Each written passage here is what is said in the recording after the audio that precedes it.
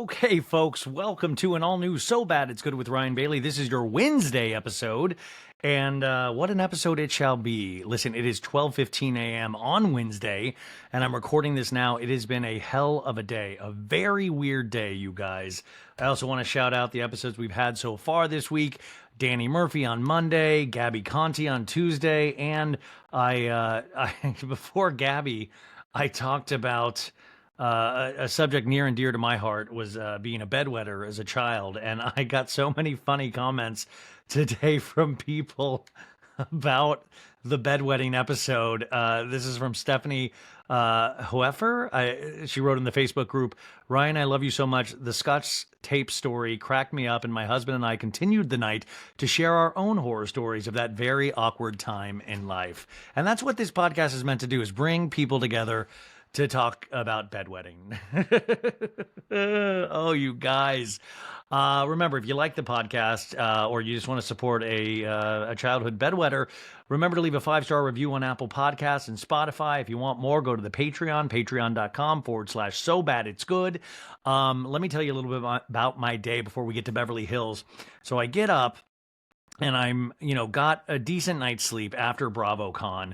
And I'm like, you know what? Let's start working. And I do a whole hour and 10-minute BravoCon recap.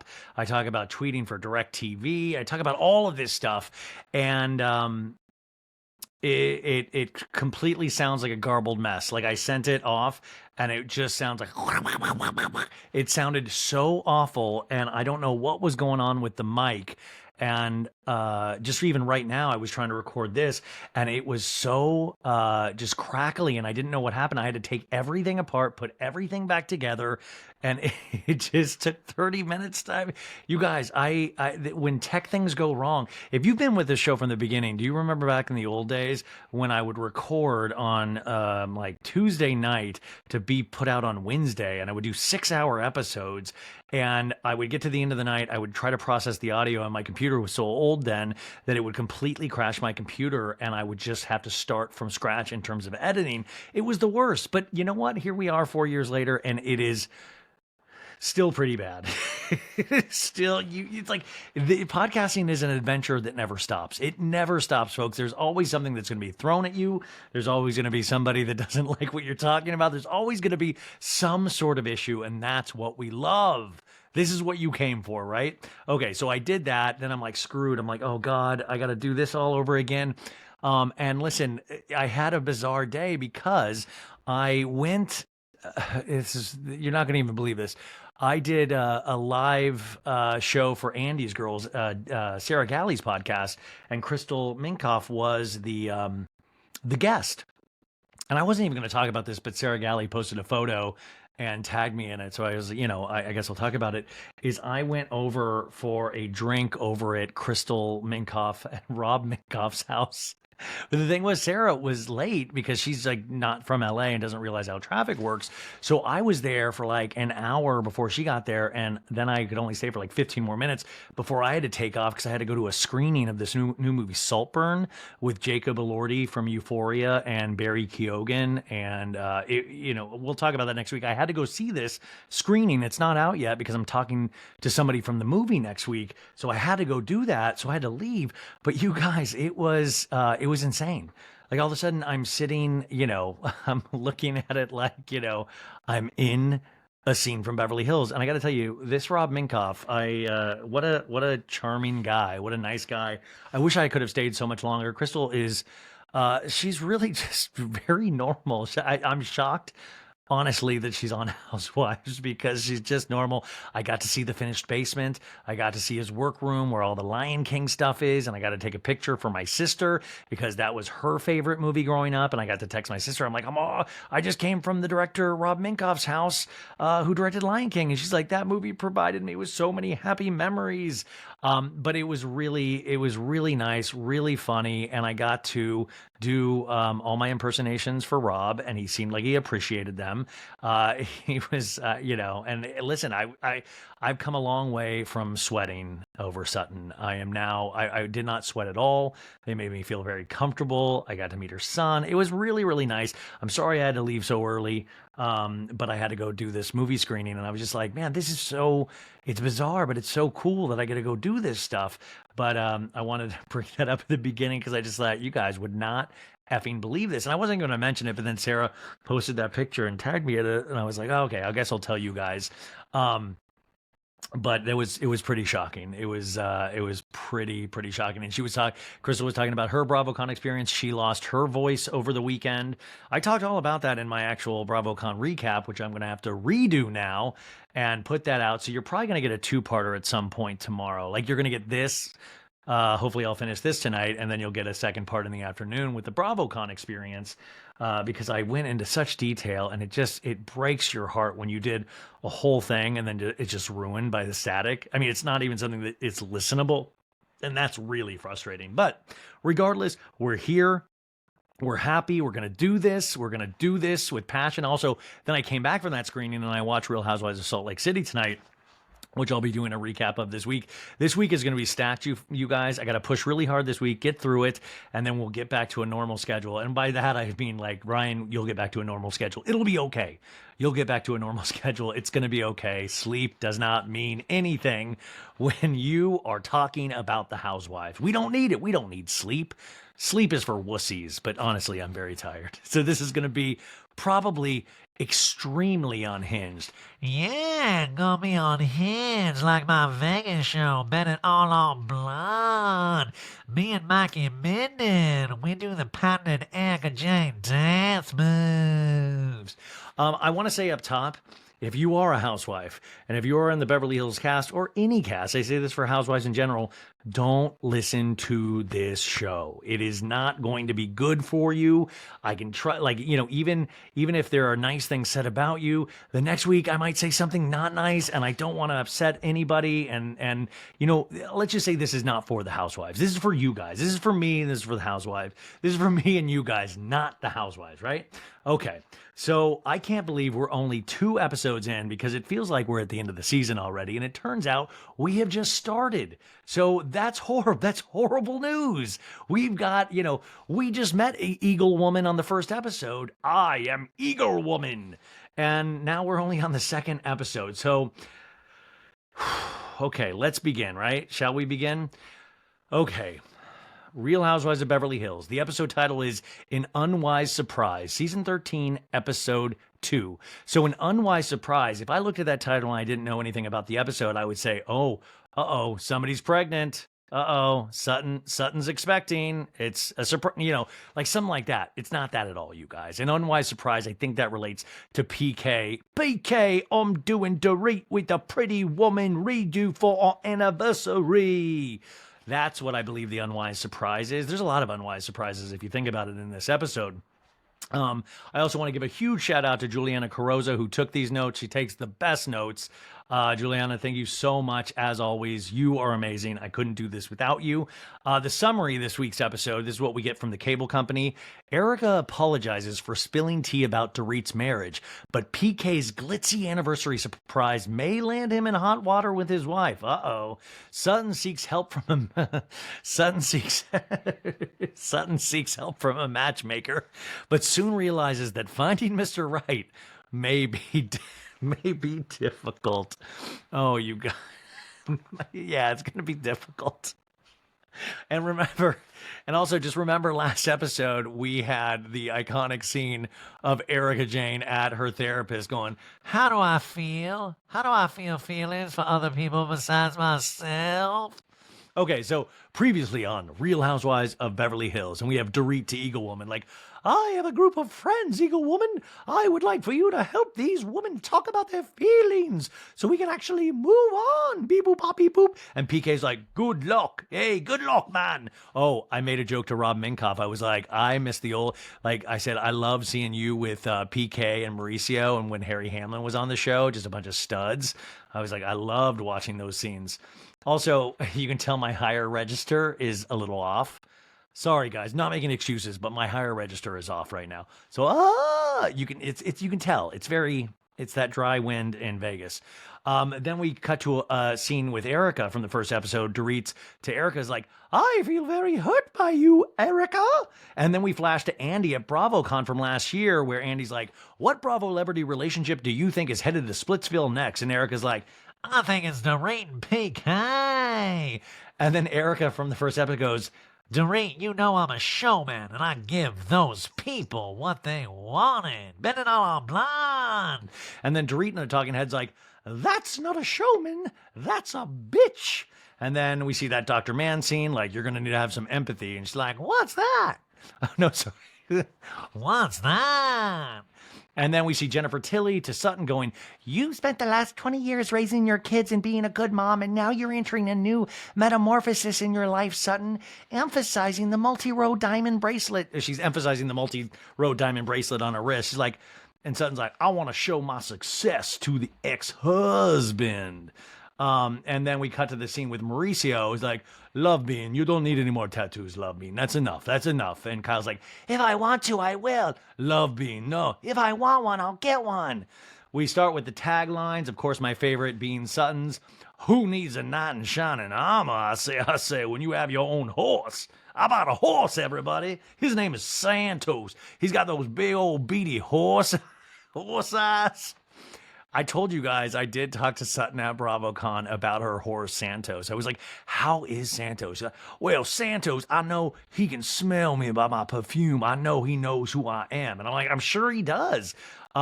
She also wrote that tagline herself. That is a little BTS, a little behind the scenes that I thought you guys would appreciate.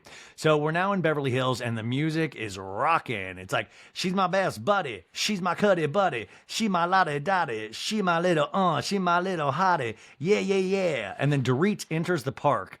I think this is like a park in Beverly Hills, by the way.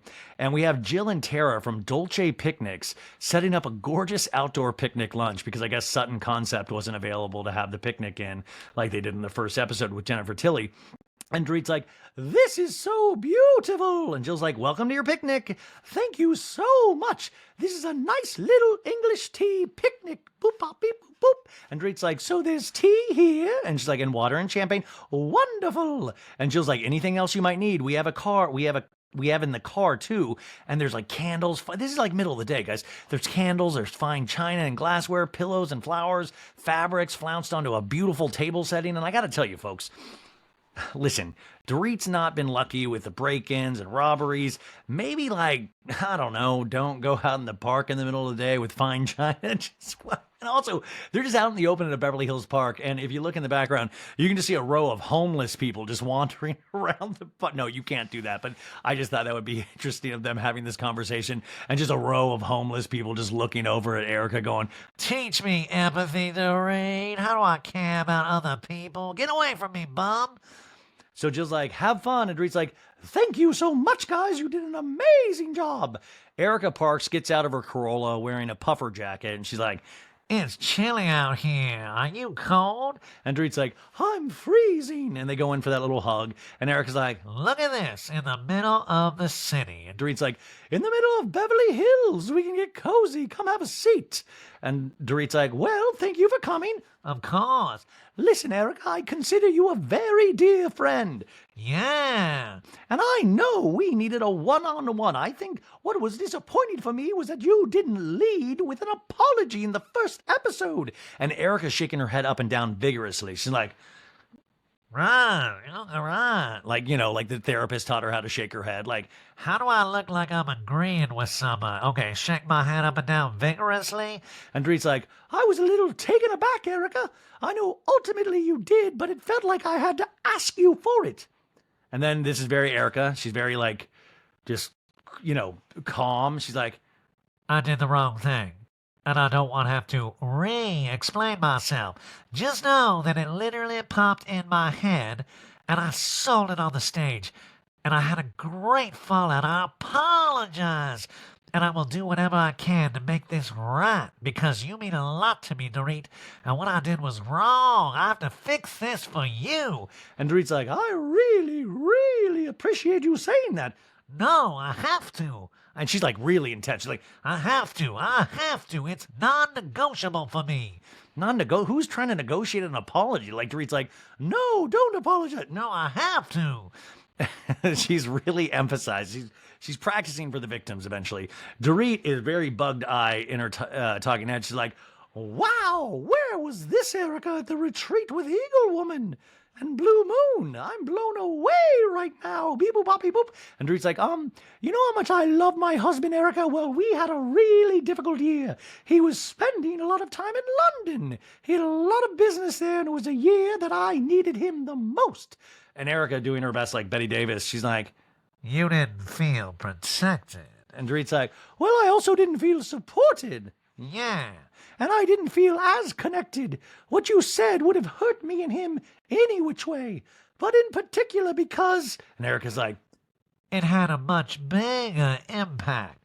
yes! Erica in a talking head goes, Had I known Dorit and BK were in a rough spot, I would have never said what I said. and then she gives this evil laugh. She's like, I would have ruined somebody else's life. I would have ruined somebody else's life. Am I right? Can I get an amen? I'm Erica Jane. and Dorit goes, I've always been that girl that soldiers on, Erica. That's who I am at my core. That's who PK knows. Right. I definitely underestimated how big of a setback this last incident had on me. Yeah. Then Dorit in a talking head, you guys get the, I mean, you've already seen it, so you know, but she's like, last Christmas was about 14 months after the home invasion, and I went to the bank. I took out $10,000 so I could have some money for Christmas gifts. I had my handbag in the shopping cart, and when I got to the register, I realized that my handbag was gone. And then Dorit goes, the whole year in my marriage, in my life, in my emotions, beep boop bop beep boop boop boop, it was very much like a roller coaster. Dorit continues in the talking head, the police came down and they viewed the video surveillance. They had discovered that I had been followed by 3 men. What are those, like the 3 wise men? Like, one had frankincense, one had myrrh, and I forget what the other, he was just a very weird looking man, but she's like, but anyway, she goes, that threw me right back into the throes of PTSD. Okay. I want to be gentle with this. I want to be fair. Okay. So the home invasion, that like is a real thing. And that really has got to mess you up, right? I think that, I mean, this definitely happened, right? But I will say, and if I was PK, I'd be like, what are you pulling cash out, huh? Okay, I discovered this thing recently. I actually discovered it in college when I maxed out one of these. It's called a credit card. I got my first one at Sears. I had a $300 credit limit, and I immediately blew that and proceeded not to pay it for a year because I went to Arizona State University. But there are things like credit cards, and what I've seen so far is that most stores that sell goods and sundries, they will take said credit card. And what happens is you get that, item that you purchased. Hope I'm not mansplaining to you. And then what you do is you pay it off little by little, and then the interest rate accrue. Anyway, that's not important. The thing is, why are you? What are you? What are you buying, people? Or what are you buying? You buying me crack? Like, what are you buying that you need cash that you couldn't put this on a credit card?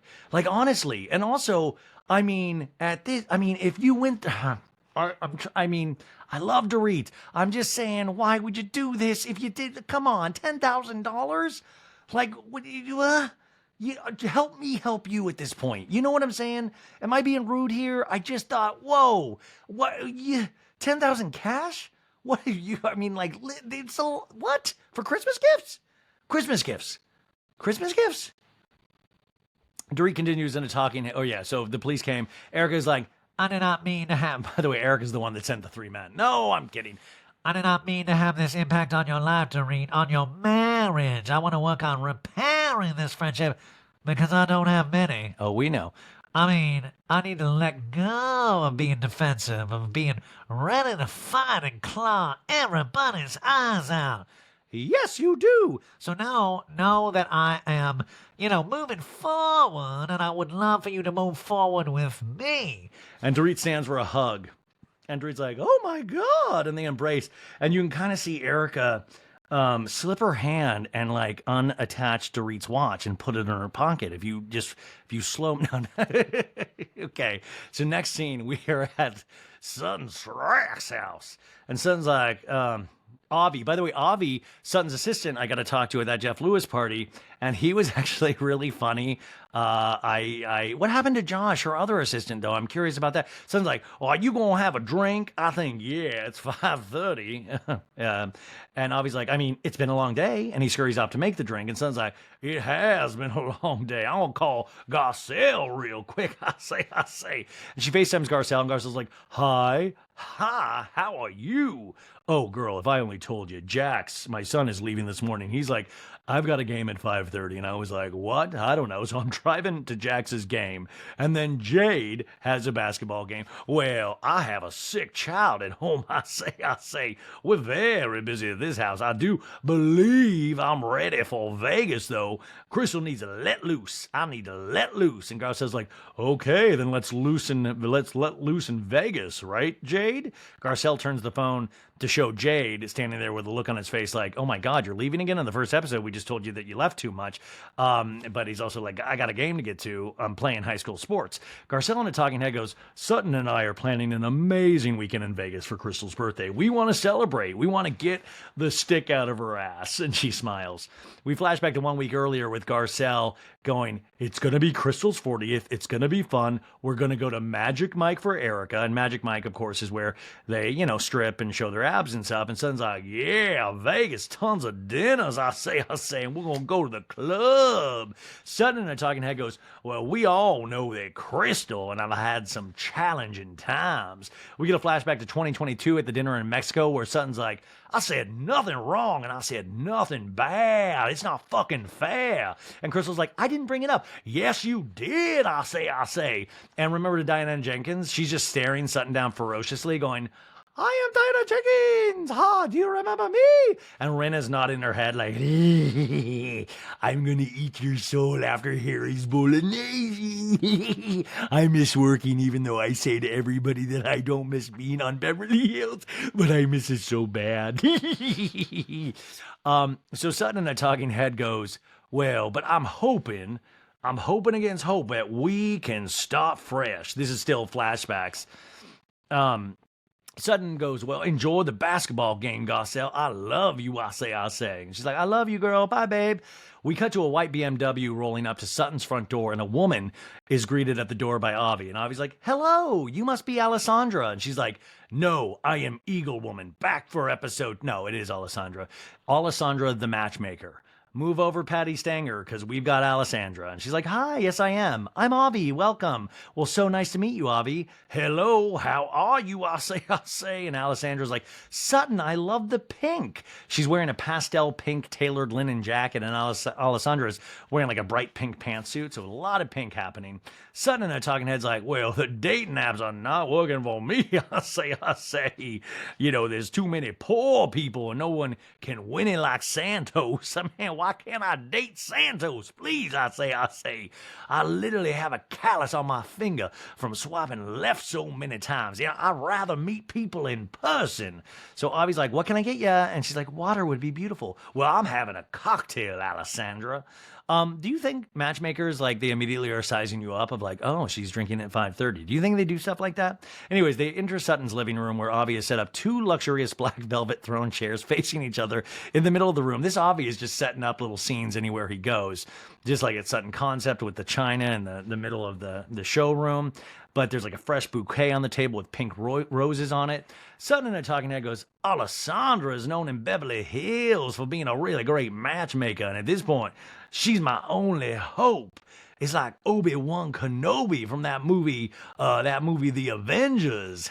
No, she didn't say it, but she does say, it's like Obi-Wan Kenobi, help me. And then they do this kind of weird, like, Jedi little, like special effect, like, help me. They do like a metallic voice. And then she sighs and rolls her eyes. She's like, I thought she was going to do You're My Only Hope. And she's like, help me. And then she goes, and rolls her eyes. And Alessandra's like, so, okay, what's going on? I said, well, I don't know, Alessandra. Well, I've been divorced for 7 years. I own 2 minor league baseball teams and a ballet company and a horse named Santos. And I've been doing this for a while, so I call myself the one day wonder. And Alessandra's like, okay, well, I don't tend to click with people. And Alessandra's like, yeah, well, I don't get asked out a second time. I love that she's very honest about it. She's like, you won't get no second date with me. I mean, nobody wants it. In a talking head, she's like, I think maybe I don't get asked on a second date because I can be slightly intimidating. My intellect is superior to most. I'm like Stephen Hawking, like a southern version without the wheelchair.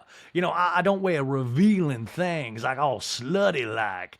And they actually note her cat sweater. That's kind of slutty. It's like it has a pussy on it. I'm sorry, folks. This is a family show. Well, I might be nervous. I might act a little strangely on dates. And we get a flashback to that date in 2022 where she's wearing the cat sweater. And the sudden staring at her date where she's like, my foot is itching because I have neuropathy. It's going to bother me. It's a thing I have. She's like, oh, that's called... That's right. Oh, don't mind that. That's just a rash I've had for decades now. That's my psoriasis. Oh boy, you just noticed my patch of psoriasis on there. Oh, that's my dead leg. Yeah, it's old cement leg like Jen from Real Housewives of Orange County last season. Remember she had a cement leg? Well, that's kind of me. Like I have one cement leg and one fully functioning human leg. I say. But for real, I'm falling apart. And her date's like, oh, okay. Alessandra's like, yeah, tell me about some of your hobbies. And she's like, well, I like telling people what to do. We like, I wish they had a shot of Avi in the back of the break room going like, oh my God. Alessandra's like, okay, and what's an ideal partner for you? Okay, well, tall, handsome, graduated from college, Arizona State University. And Alessandra's like, yeah. And Son's like, well, we'll talk about the wealth part later. And Alessandra's laughing like, okay. Well, I'm a big believer in letting the man lead. Ooh, I'm not a big believer in that. No, sorry. No, I don't want, no. I'm a big believer in letting the woman lead. Maybe co-leading, I don't know. Son's like, well, that's not going to be my jam. I love Sutton being around these ladies. Her vernacular is kind of being more a little hip, like, well, ain't going to be my jam. Hippity hoppity hip. No, a flip hip hoppity. That's not going to be my jam. Alessandra goes, you don't want to let him lead? And Sutton, very exaggerating, shifts in her seat. She's like, let a man lead. And Alessandra's like, oh, Sutton, so we need a very strong man for you. Very strong. Oh, he gonna be real strong. I say, because I'll eat them for breakfast. Sutton in a talking head goes, I'm a first child, and I'm an overachiever, so I want to win with Alessandra. And Alessandra's like, well, I understand what I'm looking for you, and I think we can make it happen. And Sutton just like scrunches her nose, like, ugh, my dead leg is acting up right now. Sutton finishes her talking head, goes, well, I haven't had a second date in a while, so I need to get there. And if Alessandra says she can help me, well, I'm going to listen to her. I like that Sutton seems relatively unbothered about not having a second date from anybody. She's like, well, that's just how the cookie crumbles. I don't know. I got a roof over my head. I got a loving horse in a stable called Santos. I got Avi. I got a store that sometimes we just shut in the middle of the day and eat lunches with my friends. So do I really need a man? I don't know. Alessandra's like, next time we meet, I'm going to bring you 3 bachelors, and then we can decide which one of those 3 you want to meet, okay? And Son's like, well, they have to be tall. Okay. What if Alessandra doesn't hear that and it's just all very short people? I would love that. Anyways, music plays and it's like, I'm a big boss. I'm a big boss. Never take a loss. And we go to a rainy day in LA and we're with Crystal going to Gracias Madre restaurant with husband Rob and her brother Jeff. And remember, Gracias Madre is right across the street from Craig's, that restaurant that TMZ like camps out at. And also on the other side of the street is Sir. So it's just in that whole little area. And this whole scene is like, just like, Chris, like, are you going to drink? And Rob's like, why am I doing Sutton's voice for Rob? I am going to drink. No, she's like, I mean, it's already 1 o'clock. And Juliana put a note here that it's like Rob is filtering my mom. And I do have to do a video when I'm home soon. Is that my mom had so many like all those signs that they sell at like Ross Dress for Less or TJ Maxx, in the back where they have like the art, and it's always like live, laugh, love. But she's like, it's wine o'clock. My mom had a collection of wine art. And it's just like time for wine, like the poet. And by over the years, they were always framed, but it was just like by the end, it just said wine, like just the poster's just like, let's get drunk. Like she just kept adding to the wine collection in the hallway.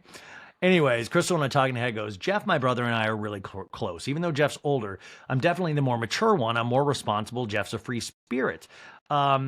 So Jeff is just coming back. He was just in Park City, and Crystal reminds us in the talking head that Jeff has been a pop star since he was 20 years old. And people always used to say that Jeff is like the Bieber of China.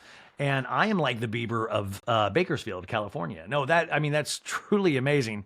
And Crystal in a talking head goes, he's like a little kid that happens to have some money. So Crystal goes, by the way, is this place triggering? And Rob's like, why? And Crystal's like, you know where we are, right? And Rob's like, Gracias Madre, right? And Crystal's like, no, around the corners where we had, the shower, Crystal says, the bridal shower. And Rob's like, yeah, I remember. Crystal on a talking head goes, 3 years ago, my brother was engaged and living in China. And right before their wedding, the pandemic broke out and my mom and I were terrified. And Jeff says, Vivian called me in Mexico. And Crystal's like, okay. And Jeff's like, it brought up everything because it's been 2 years. I've been single for 2 years. I'm guessing Vivian was his bride to be. Crystal on the talking head goes, we begged him to come home. And unfortunately, his fiance couldn't because she had a Chinese passport. And I believe that's ultimately why they broke up. And I think that Jeff blames me for their breakup. So Crystal broke up this relationship potentially. Can you believe it, folks? Crystal did this. What if this whole season is about Crystal trying to reunite Jeff with his ex? Crystal goes, well, I feel, Jeff, like your closure was very delayed. And Jeff's like, I didn't actually think there had been any because we haven't like had a heart to heart like that. And Crystal goes, because I had to push you to return presents and I know it was. And Jeff's like, I didn't want to do that. No, but, and Jeff's like, anyway, I needed someone fresh. I need someone new. And Rob's like, that you don't know. And Jeff's like, yes, I need like matchmaker style. And Crystal's like, yeah, but you're saying you want a matchmaker. That means you want to get married. And Jeff's like, I do want to get married. And Crystal's like, Jeff's exactly the age I met you, Rob. And Rob's like, okay, let's not talk about that. No, Rob goes, I know, exactly. Well, a little bit older. I met her when I was 40, and Jeff goes, I'm 41. He looks so young, though, you guys. Also, are you guys not seeing that we just had a scene with a matchmaker, and now they're talking about a matchmaker? Are they potentially saying that Jeff's going to hook up with Sutton? Like, what if one of the three guys that Alessandra brings to Sutton is Jeff? Well, Jeff, I don't know. Me and Crystal, we just started becoming friends just last season. I say, but I don't know if I'm ready to tackle you, Jeff. You're quite a stallion. You say the Bieber of China. Well, I say, call me a believer. I'm Sudden Believer Strack. So Jeff goes, question though, Crystal, if I brought someone home 20 years younger than me, would you be okay with it? And Crystal pauses really long. And she's like, oh my God, are they filming right now? And she's like, and Jeff and Rob both laugh. Jeff in a talking head with Crystal says, when Crystal told me she was seeing a Hollywood director that was 20 years older, his button down was like unbuttoned to here.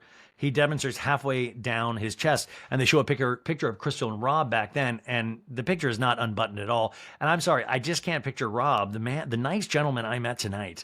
I just can't imagine him unbuttoning those buttons down to the middle. I can't imagine a world in which that happens. And Jeff's like, no, he was wearing sunglasses indoors. And the first thing I was like, there's red flags on that. And Crystal in a talking head goes, well, all of that on paper sounds awful.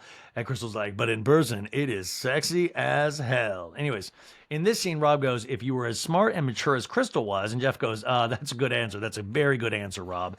And Crystal goes, sophisticated, amazing, perfect, everything like me. Then, of course, I am open. I'd welcome her with open arms. Jeff's like, okay. And Crystal's like, we're a rare breed. I swear to God, we really should potentially hook him up with Sutton. I mean, that could just... think about the possibilities. And then Eric could be like, wait a sec, I'm Anchor Jane. I want you to get on this before Sutton. What's that old Sutton strike have that I don't, Jeff? Maybe we could do a duet, you know? They say that I'm the Ariana Grande of Calabasas. Come on, let's do a duet. Now, it's a beautiful new day, and we're over at Dorit's house. Dorit has just gone from the bank and has $300,000 in cash on her. No, Kyle pulls up in her 2023 Range Rover Autobiography. Oh my God, this car, you guys, costs $165,000. Just for comparison, my Toyota Corolla costs $93,000, and it is worth every penny. Great mileage. No, it's a lot cheaper than that. She honks the horn that she arrived, and Kyle's like, hello! She has that raspy voice. And Dorit comes out. She's like, I am so excited to ride in your new car. I literally have the same one, but congratulations. I'm obsessed with your car. And Kyle's like, thank you. You understand how happy I am to see you and be with you. And Kyle's like, I know, me too. Kyle and I talking, and I goes, Dorit thinks we're going to lunch. We are not going to lunch. We're going to go get another tattoo on my ass. No, we flashed to Peter Marco jewelry store 3 days earlier where Kyle is meeting with PK behind Dorit's back. And PK's like, so we haven't had the best year of our marriage, Kyle, and I really want to recognize Dorit and my anniversary, and I want you to pick Dorit up and take her for lunch at the iconic Beverly Wilshire Hotel, okay? Okay. I'm gonna recreate the movie Pretty Woman. And Kyle's like, okay. And Kyle and I talking, and I goes, what exactly is PK saying? By putting Dorit in the Julia Roberts role, a sex worker? I don't know. Maybe not the best idea. And just to refresh you guys, me and Annabelle DeSisto, we did a full Pretty Woman recap last year, which was really funny. But basically, it's a movie made by Touchstone Pictures in like 1987 that was pretty... Touchstone was an affiliate of Disney at the time, so it's shocking this got made. Directed by Gary Marshall, starring Julia Roberts and Richard Gere, and it was basically a hooker with a heart of gold. It was a hooker that gets hired by Richard Gere, and then he pays her for like the whole weekend, and then they fall in love, and she's like Julia Roberts, and she's perfect, and it really did wonders for the sex worker industry. Like it did. I mean, I'm sure guys were out there going, where's my Pretty Woman? Come on. But I love that PK's like, more, that's how I met. That's how I met Dorit. I love that PK has put himself in the Richard Gere role, because every time I see this man, I'm like, that guy is like Richard Gere to a T. Dorit goes, after Friday, Kyle, I wanted to call you because it feels like something is going on. With who? With you. Me? Yeah. You do? Like what? I don't know. I feel like there's this heaviness. I feel like you've attracted to a country singer. No, we get 1 week earlier at the Eagle Woman retreat. And Kyle's like, I've been married for a long time. I'd be lying if I didn't say that the last year didn't affect me in our relationship too at times, because it was a very rough time. And Dorit's like, how are things with you and Mo? And Kyle's like, he's really stressed with work. And I think in the last 6 months, I've had a rough time, you know? He's called me love bean way too much. And Dorit and I talking, and I goes, PK and I used to go to dinners all the time with Kyle and Mo. We'd go on vacations. We'd swap partners. We'd go to their house. We haven't seen Kyle and Mo as a couple in a very long time. Something has got to be up. Detective Dorit to the rescue. Dorit goes, I mean, have you had any thoughts recently, Kyle? Like, you think that you would not end up with Mo, or what? Do you think he might like somebody else? Maybe somebody that likes to take out huge chunks of cash? Me? Kyle's like, what makes you think this? Well, what makes me think this? Well, beep boop pop beep boop. Like, even just with Instagram, I usually see you and Mo together, and it just seemed like you were spending a lot of time away from each other. And they flash on the couple's, Kyle's IG photos with her girlfriends, and there was a picture of, do you guys remember, there was this friend of, on one of the seasons of Beverly Hills, I think it was, who was she the daughter of? It was like Michael Bolton or John, no, it was Freddie Mellencamp. Freddie Mellencamp is in one of these photos. Freddie's like, score, adding that to my IMDb. Kyle goes, well, I needed a little like, I don't know, a time. I feel like I just needed a little freedom and some space. Yeah, space to get those tattoos, space to go on Rumspringa. Kyle's on a permanent spring break, MTV spring break. There's silence in the car now, though, and Dorit's like specifically away from your husband? I think like away from everything. I feel like there's something that you're not telling me, Kyle. No. And she looks away from Dorit out the window of the car. By the way, we're fully driving on a street right now. Let's just keep our eyes ahead of us on the road, 10 and 2 on the steering wheel. And Dorit goes, I feel it, Kyle. I love that since Dorit's visit with Eagle Woman. It's like, Eagle Woman has taught me a deeper sense of feeling, Kyle. I have a sixth sense now for things. Dorit in a talking head goes, I feel like whatever Kyle's saying is not actually how she feels. And I also feel like I really need to respect her boundaries, even though I know in my heart it's not true. And Dorit goes, honey, if there's ever something that I ask you and you don't feel like talking about it, just say, I just don't want to talk about it. Yeah, literally, where are we going for lunch, Kyle? Are we going to Buca di Beppo? Oh, God. I just hate so much that Dorit's room at Buca di Beppo, the Capri room, was just such a huge part of that season, and we've just never heard from it again. It's like an abandoned child. You know, like the Capri room still exists. Why don't you, why don't PK like, oh, hey, I'm going to go to Dorit's room and we're going to recreate the movie True Romance. It's another hooker movie. Yay. Dorit, Kyle pulls up to the Beverly Wilshire. And they go inside the beautiful lobby. Kyle goes up to the reservation desk and the clerk says, welcome to the Beverly Wilshire. We've been expecting you. Here's your key. What the hell is going on, Kyle? And Kyle's laughing like, just go with it.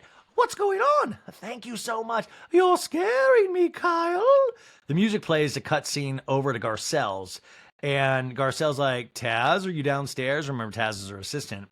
And Garcelle's like, I'm going to the crystal store after I see Sutton. That's just a normal sentence. Everybody's, you know what? I'm going to go head to the sound bath bowl shop after I visit Sutton. She's like, I want to do that full moon, pink moon thing tonight. Let's see if the pink moon will shift.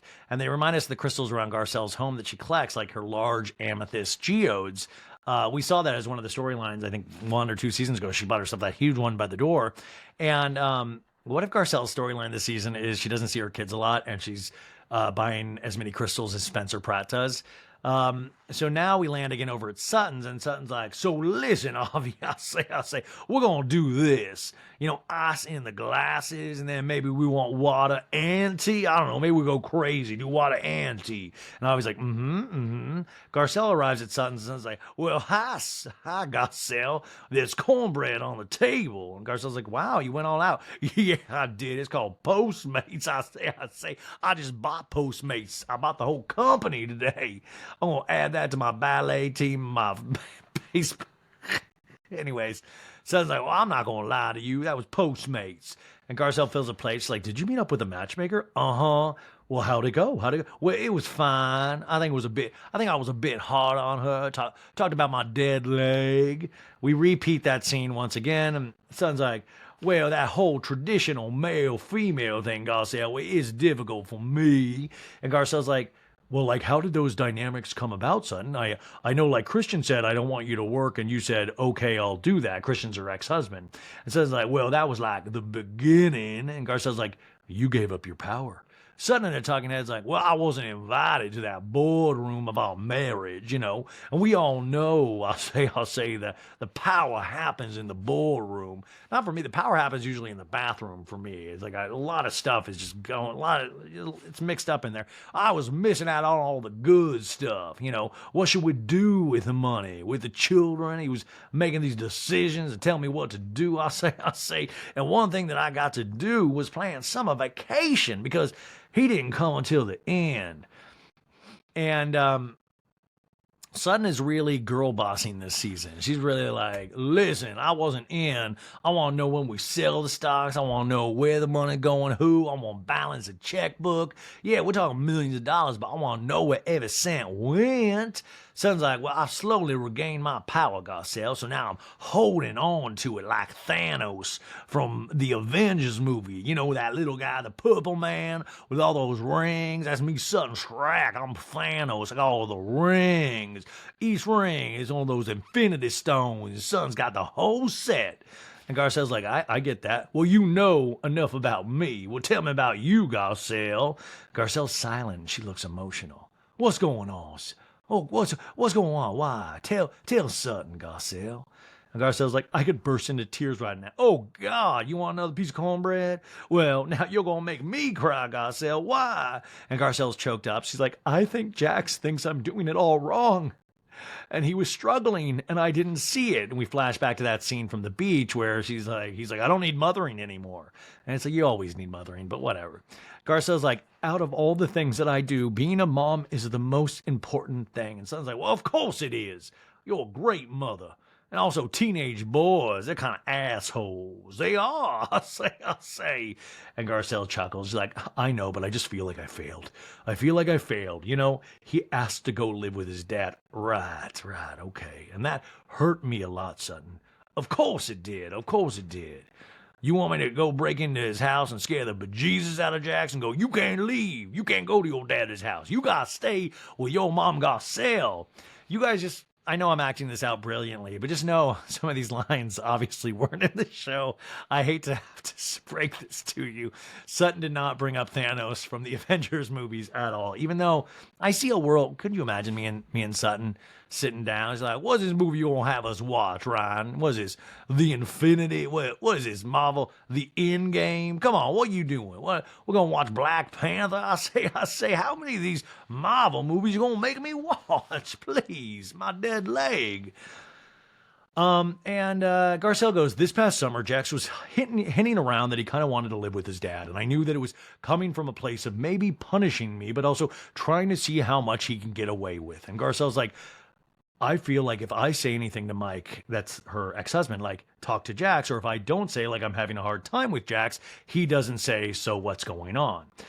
For me, it's spending more quality time and being present. And even though Jax wants a little more freedom, I think it's seeing him and making sure he knows I'm seeing him. And Sutton's like, well, so this is why some of the women don't understand why we're such good friends. We're these single moms, I say, who deal with these ex-husbands that are still heavily involved in our lives. And Garcelle's like, yeah, heavily. Oh my God. And she wipes away tears. Well, don't cry over your barbecue. That's a waste of good old barbecue.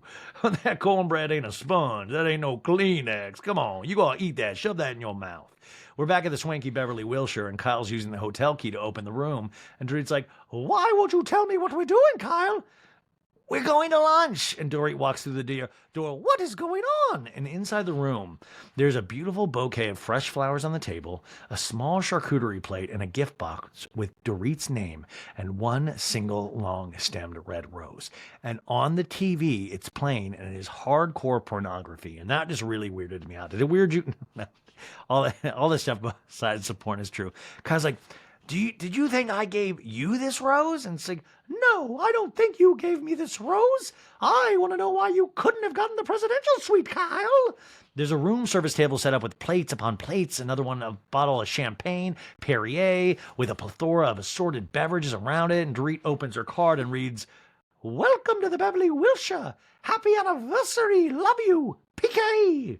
And Kyle's like, doesn't this give you any vibe to like any movies you may have seen? And Dorit looks around the room. She's like, no. Any iconic movies that filmed here about prostitutes? And Dorit's like, the only movie that I've seen. Oh, PK, you've got to be kidding me. Honey, pretty woman. And they sit down to breakfast, and he said, she goes, we sat down to breakfast and he said, I took the liberty of ordering everything on the menu and I've got a couple of pieces of cheese. And she picks up this small charcuterie plate and Kyle's like, he's your husband. Really? Well, I don't see him anywhere, Kyle. Dorit in the talking head goes, I'm not getting any information from Kyle. I've got to pour my own water. I got to lay out my own fruit. This does not scream, hello, this is your anniversary. Beep, boop, beep, boop, boop, boop. I need someone to give me answers. And I'm getting a little frustrated. I like Dorit when she's like, I'm getting a little frustrated. Dorit's like, who's taking care of the kids, Kyle? Does anybody know anything? What's little Jagaloo doing? Please, Kyle. Kyle's eating a piece of cheese. She's like, we'll get to that point. Dorit's like, I know, but I need to know because I get anxiety. Dorit in the talking head goes, I know I can be a pain in the buttinsky when it comes to my control issues and now my anxiety, but if I was at a 10 before, after the 2 robberies, it's now at 1,000. Dorit's like, I need air. I need to go outside. She's really panicking. Kyle's like, she's laughing. Dorit goes out of the balcony and we see the cameraman actually. She's like, I want to know what's going on with the kids. I've seen the movie Taken with Liam Neeson, please. I want to know what I'm doing because of my children. Little Jagaloo. He's only a green belt in judo. He can't protect himself, please. Kyle should be soothing in this scene, but she's like, Kyle inside the room calls PK, and Dorit's outside talking to production, and they're breaking the fourth wall, which I love a good fourth wall break. I just love it. I love it. Dorit just dove off the balcony. He's like, I've got to get to Jagaloo. Dorit's like, I left my kids telling them I'll see them later. And production goes, all this stuff, you can ask Kyle. Like, say, all of it, ask Kyle on camera. And Dorit's like, she doesn't know anything, Lazar. I just asked her. She's a fucking idiot. I'm going to call PK. Inside the room, PK is talking to Kyle. He's like, tell her it's a beautiful surprise and the whole family is in on it, huh? And Kyle's like, I'm telling her to just go with it. But she's like, I need air. I got to go outside. And she laughs again. Ha, ha, ha, ha, ha, ha. I'm going to get another tattoo.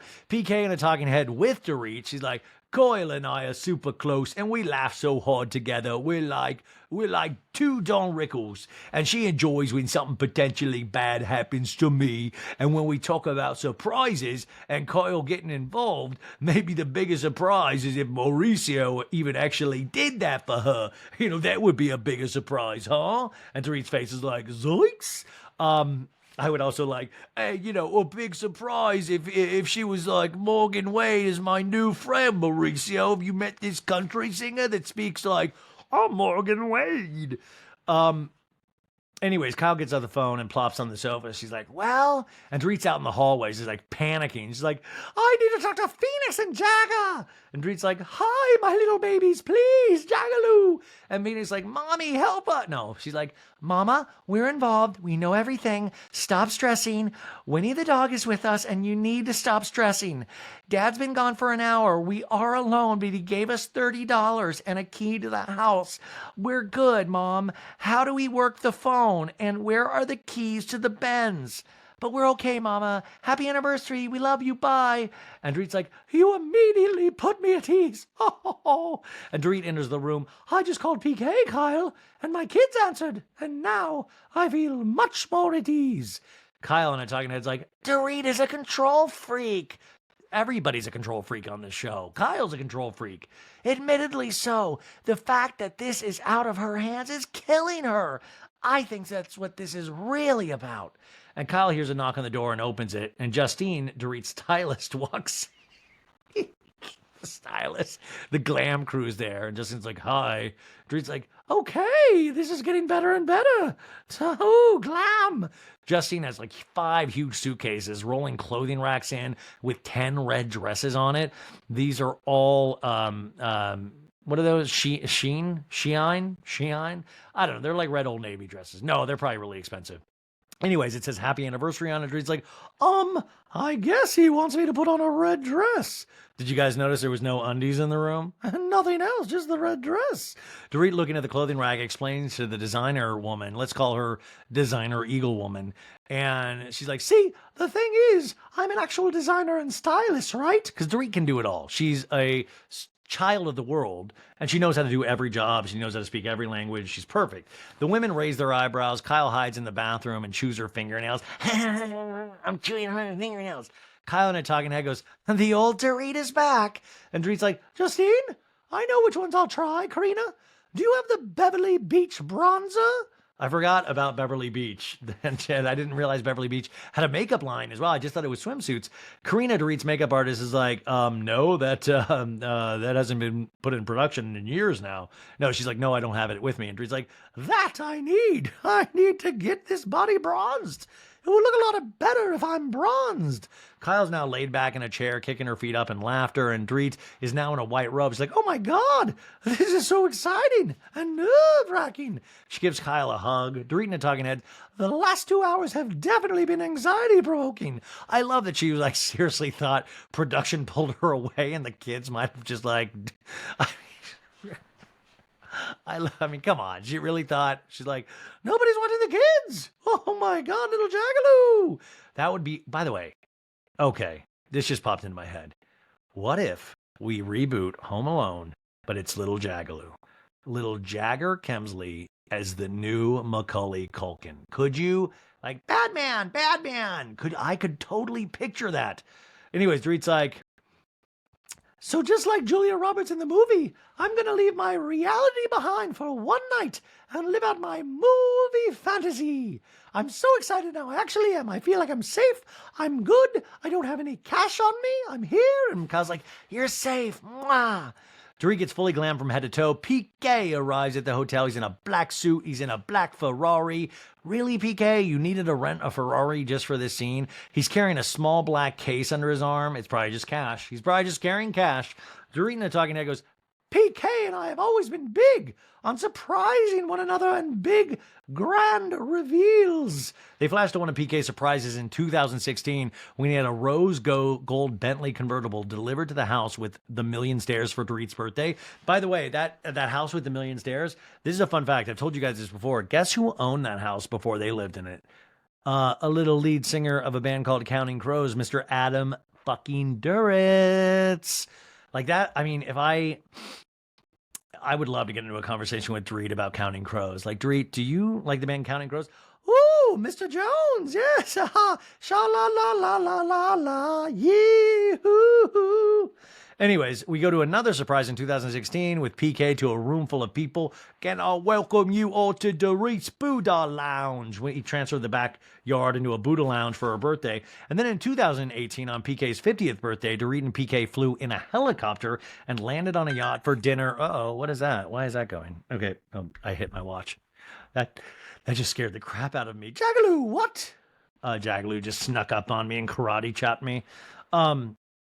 Yeah, they flew in a helicopter. They were doing like a James Bond theme in 2018. Dorit continues in a talking head, I either have to do a lot of work to get back to enjoying the surprises, or I just need to hang up the grand reveal. What did she say? I just need to hang up my grand reveal hat. Woohoo! Dorit's ready now. She descends the winding staircase into the lobby of the hotel. Could you imagine just being a paying guest at this hotel, paying full price, and like, what the fuck? Dorit's, she's going down, meeting PK in the hotel in the Cut Lounge. PK alone in the lounge with the bartender. He's like, and here she is. Wow, you look amazing. Happy anniversary, love. And they kiss. And PK's almost in tears. He's like, you look so stunning. Wow. And they show side-by-side photos of Julia Roberts and Dorit in their red dresses. Dorit has her red hair up like Julia's, long white gloves on, and is carrying a gold handbag too, just like Pretty Woman, you guys. It took me right back to that movie. Remember Jason Alexander from Seinfeld? He was Richard Gere's like lawyer in it, and he's that asshole, and he calls her at the end. He's like, you're a slut, Julia Roberts. And we were all like, he played, George on Seinfeld years later, and you're like, why is George calling somebody a whore? Like, it was so shocking when you go back and watch Pretty Woman to see Jason Alexander pop up, So anyways, PK's like, well, I wanted to get this whole Pretty Woman thing because you are a pretty woman, so don't get too excited about this. It's on loan, okay? I like PK's like, because we have a habit of getting things stolen, so it's on loan. He opens his black jewelry case and he carried it in the hotel, and we see a Peter Marco. By the way, guys, why the fuck are they carrying around anything of value? This is like Kim in Paris, Kim Kardashian. Like, what? The necklace is valued at $5 million. Like, what are we just tempting fate at this point? Even Eagle Woman's like, no, please don't do this. It doesn't feel right. Dorit attempts to reach for the necklace, and PK shuts the case on her, just like a Pretty Woman. Remember, she's like, and PK's like, ew, I'll put it on for you. There you go, my love. And I was bedazzled by you. And now I'm going to set up a fake robbery attempt. No, PK leads Dorit upstairs, again to a hotel suite, and then he has sex with her on a piano. No, you guys. Sorry, it's late. That's why I'm extra dirty right now. And inside, it's decorated in red rose arches and bouquets all over the room. It is so magical. There's a dinner place setting for two. And PK's like, I wanted to take your breath away like you do mine. Berlin. And the musical group Berlin begins to play an acoustic version of Take My Breath Away, watching you, I love man. Take my breath away. Guys, I remember this. This isn't from the movie Pretty Woman. It's from the movie Top Gun. And it, I believe, takes place in the scene where Tom Cruise is making sweet love to Kelly McGillis, the flight instructor. Remember that? And I remember being a kid and I was watching the VHS over at my friend Lisa O'Connor's house, and that scene came on, and the parents were like reaching for the fast forward as quick, and I was like, what the hell is going on? And I was like, what are they doing with each other's bodies? And what is this song? And why am I mean, like, this is really exciting stuff, you know? But it is weird because there are a lot of great songs in the Pretty Woman soundtrack. You know, Pretty Woman walking down the street, like a hologram Roy Orbison. Or my favorite song of all time, I've told you guys this before, is a song from that soundtrack called King of Wishful Thinking by Go West. You guys remember this? I refuse to give in to my blues. That's not how it's gonna be. And I'm letting the tears in my eyes. I ain't gonna let you see. No. A hole in my heart. I get over you. I know I will. I pretend my... Sorry, you guys, my voice is thrash, or that would have sounded really dope. But I love that song. Wouldn't that be amazing if that was a song? And she's like, "Woo, it's very fast, it's up tempo, woo." Anyways, it's very beautiful. Berlin's a great band. You know, watching every motion in this foolish lover's game. On this endless ocean, finally lovers know no shame. Watching in slow motion as you turn to me and say, hey, take my breath away. I wish PK would sing like, take my breath away, watching in slow motion as you turn to me and say, where's the cash? No. PK takes Dorit close and begins to dance with her, and PK whispers to Dorit, like, I want you to hide that necklace that we gave you, right? Oh, you go in the back. No, he whispers to Dorit, like, can you believe Tom Sanzo was in a jacuzzi with her? I can't believe that. No, he just whispers, it's actually Berlin. You know that? Berlin, the band. They actually tour with Boy George, you guys. And remember, Boy George is PK's big client. I guess Boy George was unavailable to sing Karma Chameleon for this. But I love that Dorit potentially doesn't know it's Berlin. He's like, hey, you know it's Berlin, right? Right? The song ends, they clap, they thank Berlin. It's no Melissa Etheridge from last season. PK and a talking head with Dorit. Quite a good idea, isn't it? Take iconic songs and put them in different movies. And Dorit's in a talking head. Okay, Bubba, let's focus. What if you took the Jungle Book and put it in The Godfather? Right? I don't know. It's like, what if you put like the fucking Lion King in Transformers? I don't know. Dorit in a talking head goes, oh my lordy, have mercy. Dorit gives Terry Nunn, the lead singer, a hug. He loves you, Terry says. Dorit's in tears. Oh, I love him. Beep, beep, boop, boop, boop, boop. And they're sitting at dinner, and Dorit's like, honey, it's one of my favorite songs in the entire world. I know. And she's so lovely. Dorit referring to the red roses everywhere. God, look at this, PK. I've already got your drink prepared. I've just got to do this stuff, this caucus out business. Remember, she likes to caucus out. Dorit on a talking head with PK goes, by the way, can you actually tell me my drink after 13 years? Yeah, go on.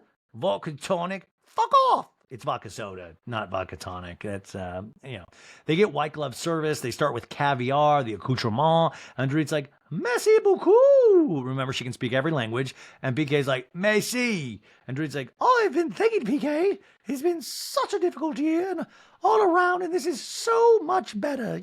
That's the reality. And PK's like, listen, here's the pearl spoon for the caviar. Now, my love, I want you to relax. I'm totally relaxed. To be honest with you, I think maybe I'm not going to bother with surprises anymore.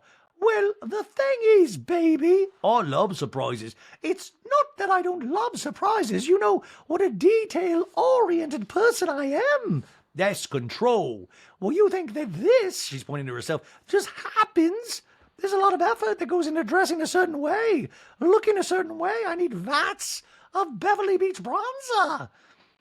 And PK's like, baby, with the glam team walking in a row with all the dresses. And Dorit's like, they were like stuck in the doorway. Well, I lined it all up for you, Bubba.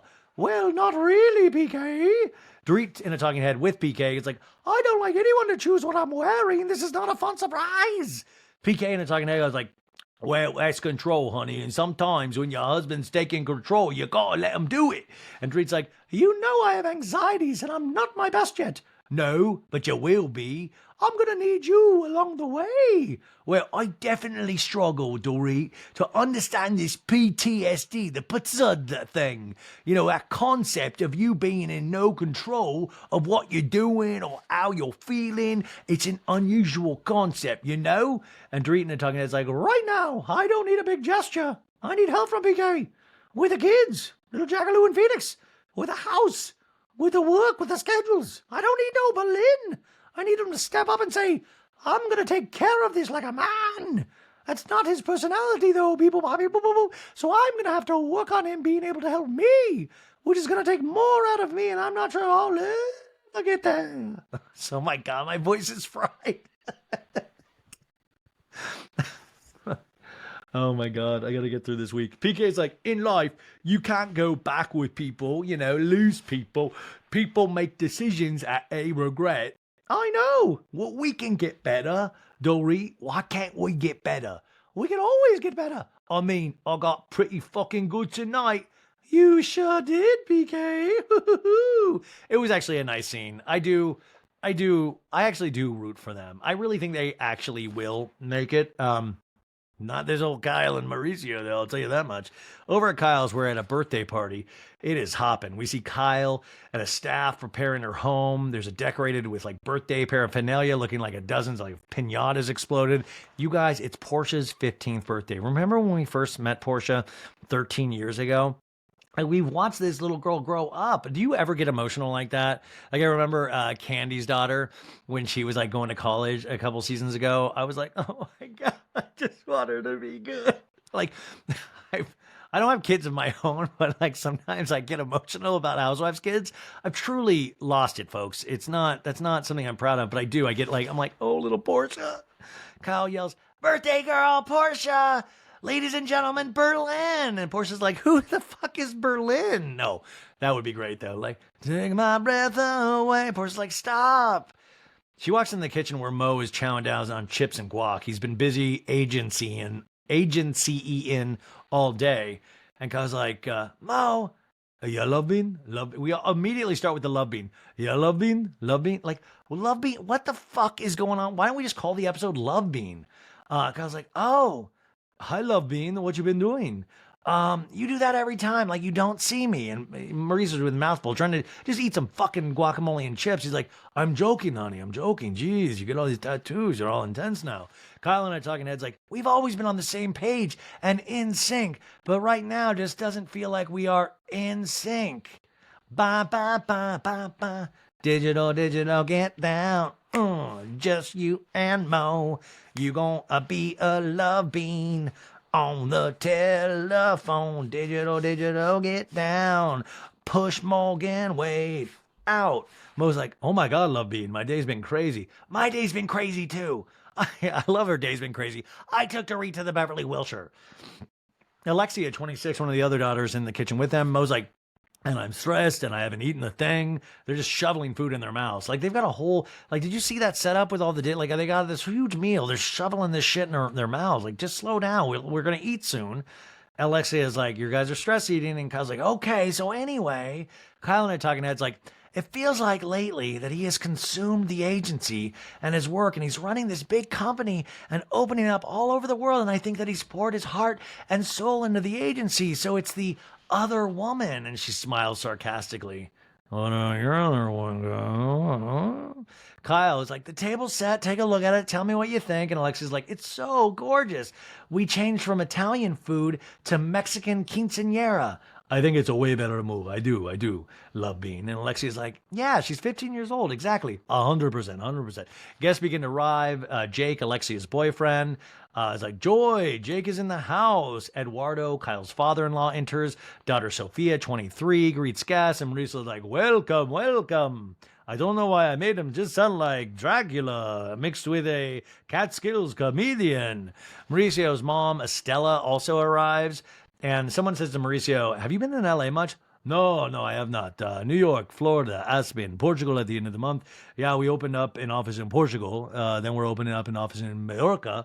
We're going bananas. And Kyle hollers, where's the birthday girl? And Portia comes bounding down the stairs. Everyone cheers happy birthday. And Kyle's like, okay, everyone, grab your plate. It's time to eat. Mauricio's mom, Estella's like, you know what, Kyle? Yeah, everything's okay with you and Mauricio, right? Yeah, what do you mean? Well, every time I open Google, it's like something about you guys like separating and divorcing, whatever. We see a headline from All About the Tea. Clues, Kyle Richards and Mauricio Omansky's marriage is in trouble. And then from Heavy Magazine, fans question Kyle Richards and Mauricio Omansky's marriage. And Estella's like, it got to the point where I called Mauricio and I sent him a text and I said, is everything okay? Generally I don't believe those things, but it's too much. Who started this? Eduardo, Mauricio's dad, is standing there with Estella and Kyle's like, I was seen without my wedding ring and I was seen holding hands with this country singer who's 26-year old. No, she's like, I was seen without my wedding ring and people started this rumor. She shrugs her shoulders like, I don't know. Kyle and I talking heads like, I'm very taken aback that my mother-in-law is asking me this right now tonight. Yes, Mo and I have been having a hard time, but the picture of me without my ring has nothing to do with that. I still am wearing a wedding ring.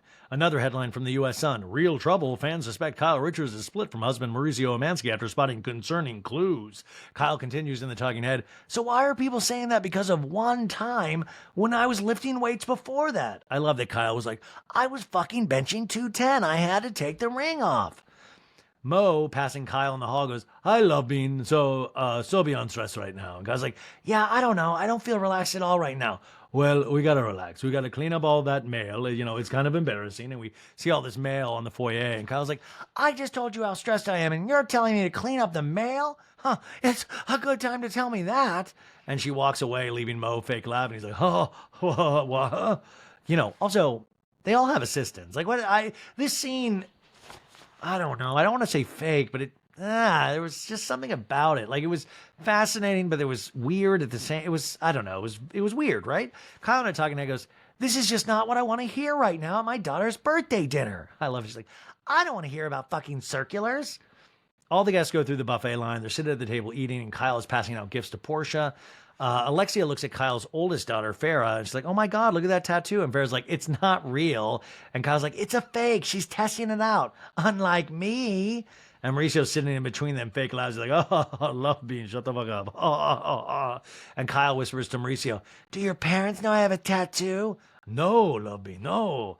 Estella leans in to try to overhear this conversation, and Kyle stops quickly. Like, this is the part. Would you really believe that she would bring this up in front of, especially after the mom brings up the U.S. Sun headlines? Do you really think something reads fake in this scene to me? Portia opens her gift, which is a Cartier Love band, which is $1,300. And I love it. Like, I'm broke as a joke, and I'm like, only $1,300 for Portia? I thought you loved her. Jesus God. I mean, PK bought a whole band for Dorit. Please. She owns Berlin now. And Portia's like, oh my God, it's so cute. She seems to really like it, even though it's cheap. Portia's like, wow, it's so shiny. It fits perfectly. And Kyle's like, Portia! And Portia's like, I love it. Kyle leaves the table and calls out, Estella, Eduardo, where are you guys? I want to tell you something. And Estella's like, oh, you want to tell me something? You're not going to like it. Tell me. I'm in love with a country singer. If you won't know. She's like, I got tattoos, Estella. And Estella pauses a moment. She's like, I'm okay. You are? Yeah. Oh, okay. And Estella's like, where's my son? And Estella's kind of fishing for something. What do you mean? And Estella's like, didn't you do the tattoo for Mauricio? Did I put his name? No. Estella looks at Eduardo, who is listening too, and Kyle's like, that's a jinx anyway. That's a jinx? Well, anyway, okay, I told you. And Estella's like, And I know the girl's got one. Yeah. Did you know that your son has one? No. And Kyle busts out laughing. Ha ha ha. Maybe it does. I don't know. I'm kidding. I'm going through something. Rumspringa. And Kyle's like, can we do cake? And she just skips away. Alexia is in the kitchen lighting the 15 candles on the cake, and Mauricio's like, let's do this. And Kyle's like, I told your mom you have a tattoo. And Mauricio gives a concerned look. He's like, Love Bean, what is wrong with you? She doesn't care, but still, Love Bean, why would I not be allowed to do that? What is up with that? I should be able to tell my mom that I have the bat symbol on my buttocks. And Alexia's like, we're lighting this cake, you guys. And Mauricio starts to walk away. And Kyle's like, she meant the tattoo on me. And I said, maybe you don't. And I don't know for sure. And Kyle says to her daughters, now Mauricio's mad at me. And now I realize she meant him. And I said, oh, I don't know. Maybe he has one. Maybe not. I don't know. And Freier's like, so you said that, or you said, yes, he has one. And we flash back to 2 minutes earlier where Kyle said he definitely has one. So Kyle already lying, even though they bust her out in the flashback. And Freier's like, you're in trubs. And Kyle in a talking head goes, why did I open my mouth? I thought, oh, okay, it'll be funny in the moment. We'll see her reaction. But now, his reaction? This is such a weird scene because neither reaction was insane. Also, Kyle's trying to start trouble. It's a very... I don't know. I don't know what they were trying to do with the scene. It was weird. Alexia is irritated, like, okay, guys, let's go. The candles are lit over here. Nobody's getting any younger. We got to do this already. Kyle continues in a talking head. I really wish I had not said anything. Oh, Kyle just thinks she's such a jokester. And I mean, she's funnier than Freddie Mellencamp, but she's not, it's like, come on. Kyle leans into Mauricio and whispers, she doesn't know for sure about your tattoo. And she was like, and Mauricio's like, whatever, Love Bean. I don't want to talk about that right now. And Kyle's like, okay, well, I want you to know that she wasn't even mad at this. And meaning her own tattoo. And Mauricio's like, it's not about that. It's mine to talk about and not anybody else's. And whether I choose to talk about it or not, and I don't want to talk about it right now. I don't want to talk about it. I do now think that Mauricio possibly has a tramp stamp. Like he's got like one of those big like 311 symbols on the small of his back, like a tribal tattoo, small of his back or something. Farrah looks up then hearing Mo's words and Kyle walks away. Oh, this and the mail? Kyle and a talking head's like, oh, this is what people talk about when they go through a rough time. I mean, to be fair, Kyle, if this scene is real, you did say something that wasn't yours to be said. And our moms are always going to be our moms. Like, I was scared of being in trouble up until like 2 weeks before my mom's death about things. Are you kidding me? Kyle to Jen in the kitchen's like, he's so mad about his mom knowing about the tattoos. He's like, that's mine to talk about. And I'm like, Jesus. I love the ability to not understand for Kyle. Now, we cut to the ladies getting ready for Vegas. And Crystal to Lucy, her house manager. Lucy was not there tonight. I was very sad about that. I guess she went home for the day. Crystal's like, do you think I can go to Vegas with that little carry-on? And Lucy's like, how many days are you going to do? 2. And Rob's like, what are you going to do in Vegas? It's sort of my birthday party. And Rob's like, okay. Crystal holds up a dress for Lucy to say and says, Lucy to see. And she's like, that dress is ugly. And Crystal puts it back. Well, tell me how you really feel. You're fired, Lucy. Over at Sutton's holding up a sheer top with cats on. Well, there's not much to it. You can't see my nips. And Avi's like, well, I don't want you catching a cold. It's Vegas, Avi. Where else am I going to wear this? I mean, that's true. I was in Vegas this, past weekend for BravoCon. I couldn't tell you how many sexy, slutty cat little outfits I saw. A lot of cats. A lot of cats on tops, a lot of cats on rears, just cats. It's just a lot of cats on outfits out there. Avi's like, you're not going to find a man in that's for sure. Then we cut to Garcelle packing with Taz, her assistant.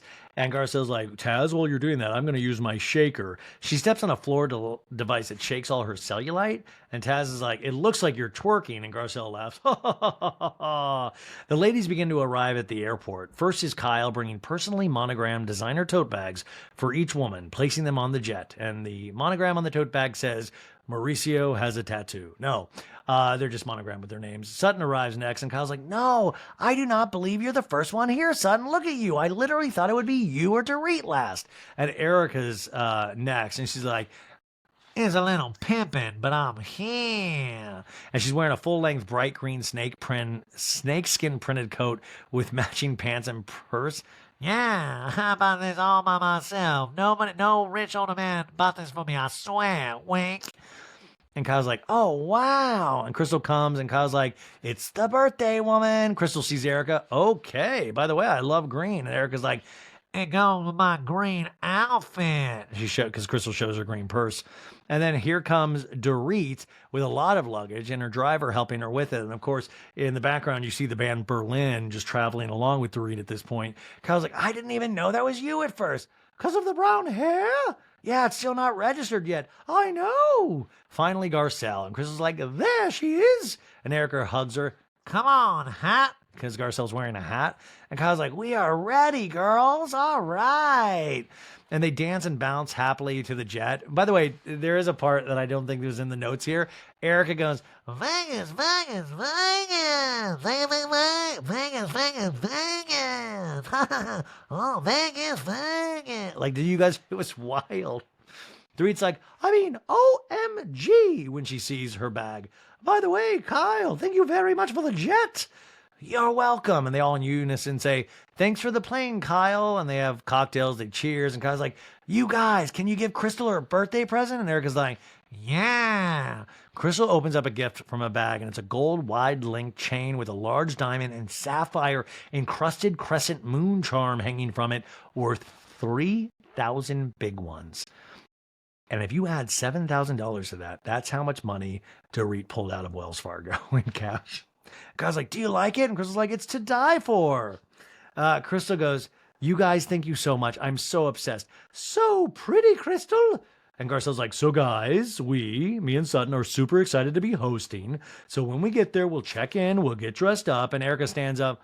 Okay, and guys, in honor of your 40th birthday, bitch, I'm taking you to Magic Mike. I'll get you dick down, yeah. Flip it up, rub it down. Let's get it on. Garcelle's like, game on, bitch, game on.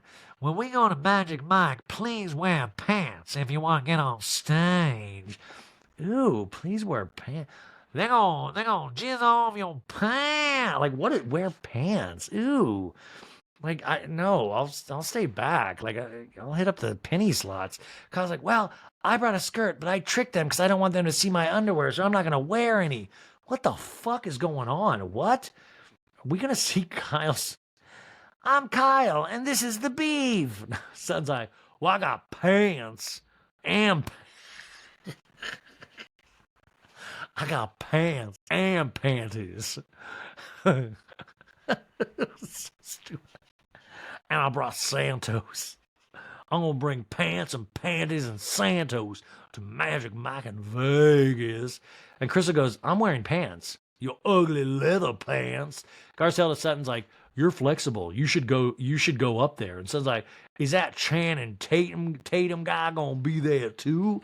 And Erica's like, no, I don't think he going to make it. And Dorit's like, Garcelle, Sutton, thank you very much. And Garcelle's like, you're so welcome. We're so excited, you guys.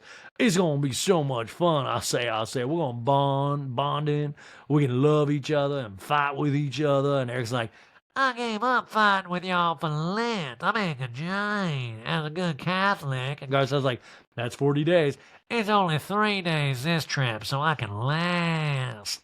Eric in a talking head, very serious, goes, I'm not kidding. The Lord, or the Holy Ghost, or some higher power is speaking to me and said, you need to give up fighting for Lent. oh my God. Erica Jane, it's me, the Lord, or the Holy Ghost. I need you to do something. I need you to give back every bit of jewelry, shoes, and clothing that you have from Thomas Girardi bought with stolen funds. I'm not gonna fucking do that. No fucking way. I don't care who you are. I'm Anchor Jane. I'm keeping this stuff. Fuck you. Okay, can you give up fighting? Yeah, I'll do that, I guess. Okay, thank you. Kyle in a talking head rolls her head in sarcasm. He's like, now Erica's religious. Okay. This could have come in handy a while back, by the way. Ha ha ha. Mauricio's got a tattoo. The jet lands in Vegas. Erica's pointing out the window, and she's like, Oh my God, we have red phantoms. and there's two really nice red Phantoms with all black rims parked on the tarmac. And they're just really intense. The ladies disembark, and Garcelle's like, oh my God, you guys, look at these cars. The wind blows Garcelle's hat off, and she screams. One of the car drivers run to get it. Garcelle's like, you are the sweetest. Crystal, take a picture of me in front of this car. Now we're driving this strip in one of the Phantoms, and Erica points out the window. Son, there are auditions for the Raiderettes, and I think you and I should try out. Erica's trying to be nice to people this trip, and Sutton's like mock counting steps. She's like, a 5, 6, I'll say 7, 8. And Kyle's like, you guys have a lot more in common than I realized. Wow. And the other Phantom, Garcelle's like, did you bring lamb? And Dorit's like, no. And Garcelle gasps, Dorit, I know. And Crystal sneaks in, I did. And Dorit's like, you did? What? And Crystal's like, I know. The car arrives at the Resort World's Hilton, and the general manager, Alexandra Kodal, greets them at the cars. And Alexandra's like, welcome to Resort World. It's a pleasure to have you. And the lobby is outrageous. There's slot machines. The lady's like, ooh, ah. They take them to their room. It's labeled Palace Number 2. And he's like, ladies, welcome home. The women are greeted by white-gloved butlers serving champagne. They're all blown away by the rooms. I do love seeing this kind of shit. It's nice to see nice things. And he's like, oh my gosh, this is way better than Berlin. And Garcia's like, thank you so much. It's incredible. And Kyle's like, gorgeous. And Alexander's like, welcome to your palace, a 15,000 square foot room. Oh my God, what? A 15,000 square foot room. We see a huge golden balloon arch on the outdoor patio over the pool that says, happy birthday, Crystal. And Alexandra's like, this is the master suite. There's a pillowcase on the bed with Crystal's name monogrammed on it so it can be her room. And Kyle's like, wait till you see the rest. And Garcia's like, Crystal, happy birthday. And then she whispers just to Crystal, bitch, happy birthday. The white-gloved butler and Alexandra open doors to her room. Kyle and Dorit, this is yours. Their names are monogrammed on their pillows. And Dorit's like, oh, it's so romantic. Let the rumor start. We flash back to 2019 to the Denise Richards party, where her daughter and friends attended, and Denise got mad about the conversation topic the ladies were having around the girls. And Kyle's like, I've never done the girl thing. And Dorit's like, would you choose to share a bed when you've got a fucking suite? And Kyle's like, I don't know. Maybe I'm a lesbian. This is a scene from 2019, you guys. The foreshadowing this season is giving us. They get to Sutton and Garcelle's room, and Sutton's like, look, my stuff's already hung up. We see her clothes and shoes arranged neatly, and Crystal's like, she took the whole closet. And Sutton's like, I wasn't here. I sent people. Remember Diana Jenkins used to do that? I am Diana Jenkins. I send people ahead of time to set up my clothes. Garcelle and a talking head's like, the bitch shows up, has her assistants pull out her clothes out front. I get a little corner in the closet. We see Avi and another person earlier figuring out how much space to give Sutton and how much to give Garcelle. Sutton has at least 9 or 10 pairs of shoes and a lot of those cat sweaters, all that stuff. Sutton's like, well, I brought pillows, I don't know where they are. I say. Garcelle continues in a talking head, I'm in this room too, Sutton. And Sutton's like, well, I got our ones. And she pulls out a large bundle of dollar bills, like a couple of hundred. She's like, I'm ready to stuff some cock socks, yeah. Garcelle's like, I love it. Bring on Magic Mike. I'm going to find a man tonight on stage. And I guess that means Erica got her own room. They don't even, Erica's like, I'm in a closet. I'm where the laundry is. I'm going to curl up on this tile floor. I don't need a room because I'm going to get dick tonight. I'm going to go back to a man's house. 4 hours later, cuts 4 hours later, they're at the Magic Mike show, sitting up front. Erica is cradling a half-dressed male dancer in her arms on stage. And you guys, did you see it? It's like, it looks all serious, like it's post-coital. She's like, Bet it all blind. Like it looked really like she's like making sexy face, and it made me uncomfies. Like I was very uncomfortable watching. She's like, ugh. Like just imagine Erica like, I'm having sex. Yeah, serious face. Sorry, strobe lights are flashing all over. Erica has jumped up on stage with legs wrapped around one of the dancers.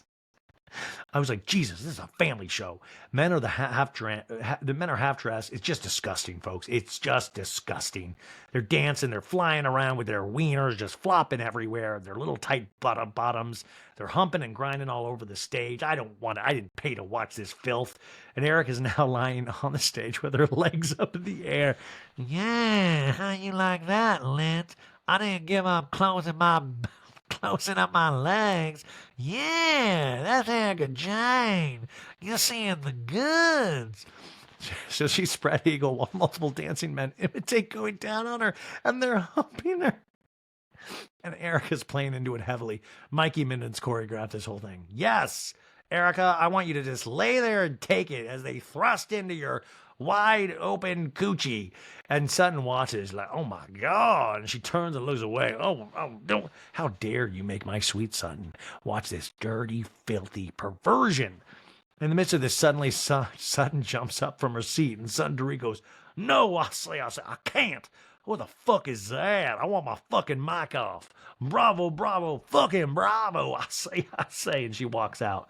Because you don't put Sutton in a corner. You don't make her watch filth like that. I don't own 2 minor league baseball teams to watch Erica Jane get finger blasted on stage. I say, no, thank you. I'm a classy lady.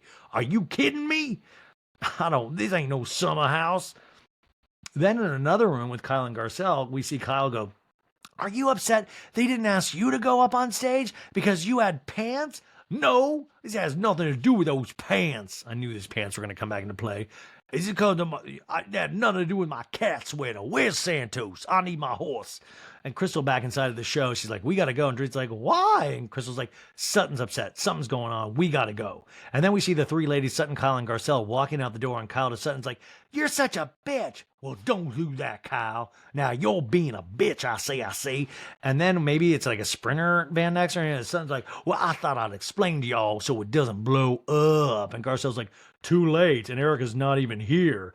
Erica's pacing somewhere away from them. And she's like, she's sitting in there like Judge Judy. I like that Erica was like, I was getting my fuck on stage. You guys see those Magic Mike eyes into me? Yeah, Erica Jane bet it all on blood. I didn't give up no sex for Lent.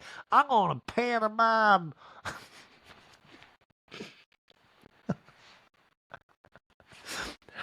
I'm gonna pantomime doggy style with these Magic Mike.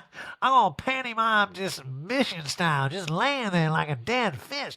I'm Erica Jane. And then the very familiar words to be continued pop up on stage, folks. What are we even doing with our lives? Almost 2 a.m. Okay, you guys. I'm going to put out another episode midday tomorrow with a full BravoCon recap. I'm going to rest my voice a little bit. And I got to wake up. I got to do Kate Kennedy's podcast in the morning, be there in 5. I love Kate Kennedy. So I'm going to do her podcast tomorrow, and then I'll get this out to you in the afternoon. It's going to be a lot of episodes this week because we got the Salt Lake recap. We're going to go back to the Beverly Hills recap on Friday, and so I can catch up, and next week can be a normal week. But I hope you guys enjoy this. I hope you get laughs from it. It's silly. It's meant to be silly. Hope nobody gets too offended. It is all in good fun. Once again, thank you to Juliana Carosa for doing this, and I just hope you guys have the best Wednesday ever. Please rate us 5 stars on Apple Podcasts and Spotify. Please pray for my voice. I love you guys. Bye. Take my breath away, watching Erica in slow motion on the Magic Mike stage, getting finger blasted by a guy named Tony, watching as she huffs and puffs and whips her weave in our face, and I say, I need to run away and never watch a scene like this where Erica simulates fornication. I need more kitty sweaters. Take my breath away. I say, you a pervert, Erica Jane. Okay, you guys, I'll talk to you on Thursday. I'll talk to you again tomorrow. Okay, yeah. Love you guys, bye.